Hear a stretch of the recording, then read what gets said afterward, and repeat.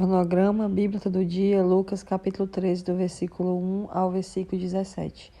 Primeiramente, você vai falar sobre arrependimento ou morte.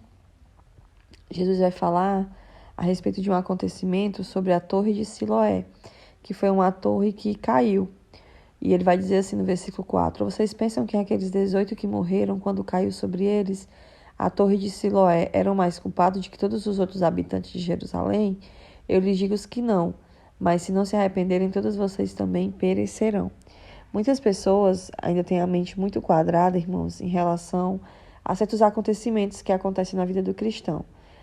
Como, por exemplo, às vezes alguém sofre de um câncer e morre de um acidente, e as pessoas dizem assim, aconteceu isso porque estava em pecado, porque tinha alguma coisa errada na vida. Foi como é que eu posso dizer? Foi um castigo de Deus.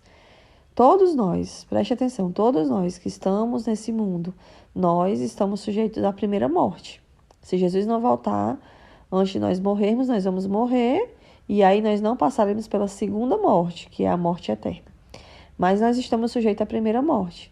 E a primeira morte, independente de que nós sejamos cristãos ou não, ela pode vir de qualquer maneira, pode vir pela doença, pode vir por uma tragédia. E isso não está ligado a necessariamente um castigo, mas porque nós temos que morrer e temos que morrer de alguma forma, não é verdade? E independente da forma mais dolorosa que um cristão venha morrer, isso não quer dizer necessariamente que isso era um castigo de Deus.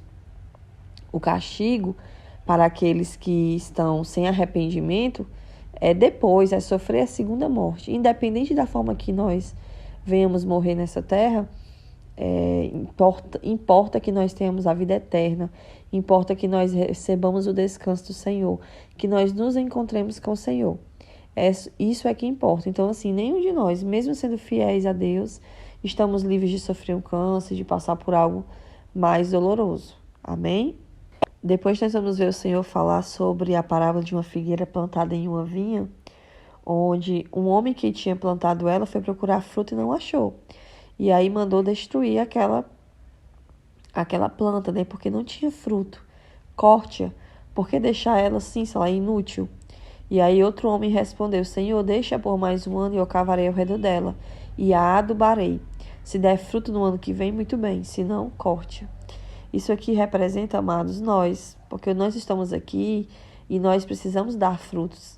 Nós estamos aqui não para viver a nossa vida, os nossos sonhos, os nossos gostos, mas para dar fruto para o Senhor. Quando nós não damos frutos, o Senhor olha para nós e Ele nos vê de forma inútil. Então, nós temos que ter muito cuidado a respeito disso. Depois, deixa eu falar aqui só mais uma coisa para complementar essa parte da figueira. E é importante porque você pode achar assim, eu não estou dando frutos para o Senhor. Mas ainda há tempo de dar frutos? Sim. Enquanto há vida, você tem tempo de dar frutos. Então, você precisa dar frutos o quanto antes para o Senhor, ser alguém útil nas mãos do Pai. Desculpem, gente, a minha vontade de tossir e a minha voz assim, tá? Então, vocês precisam dar frutos. Nós precisamos dar frutos em nome de Jesus. Depois nós vamos ver sobre uma mulher curada no sábado, né? Onde havia uma mulher que estava encurvada por conta de um espírito que a acorrentava. E já fazia 18 anos que essa mulher andava de forma encurvada. E de forma nenhuma podia conseguir endireitar-se. E aí o Senhor chama ela à frente e diz, mulher, você está livre da sua doença, né? Impôs as mãos nela e imediatamente ela ficou curada e louvou a Deus. E o povo, em vez de dar glórias, né, de agradecer, de louvar por aquilo que estava, comemorar, se alegrar, eles começaram a criticar, porque aquela cura estava acontecendo em um sábado. Não preciso mais aqui repetir a questão do sábado, porque já foi explicado várias e várias vezes. Então, vocês entendem que as pessoas, mais uma vez, estavam ali com suas religiosidades. E aí o Senhor disse, hipócritas, cada um de vocês não desamarra no sábado o seu boi ou jumento e o leva dali para dar-lhe água, né? Ou seja, coisas que eram importantes para eles e para a prosperidade deles, eles não deixavam de fazer no sábado, por mais que fosse um dia de descanso.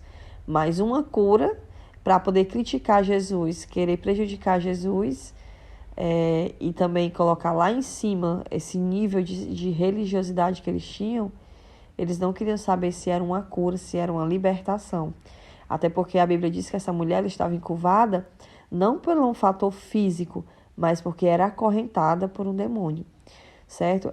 Nós precisamos entender que existe um mundo espiritual, tanto o mundo espiritual negativo quanto o positivo, né? O bem e o mal. Existem doenças que, claro, que tem a ver com o físico, tem a ver com a carne mesmo, mas também existem doenças que estão ligadas ao espiritual, certo? Então, nós temos que, em ambas as partes, nós temos que depender do Senhor, porque o Senhor, Ele cura, o Senhor, Ele liberta, o Senhor, Ele opera. Deus abençoe vocês e é isso, até amanhã, se Deus quiser.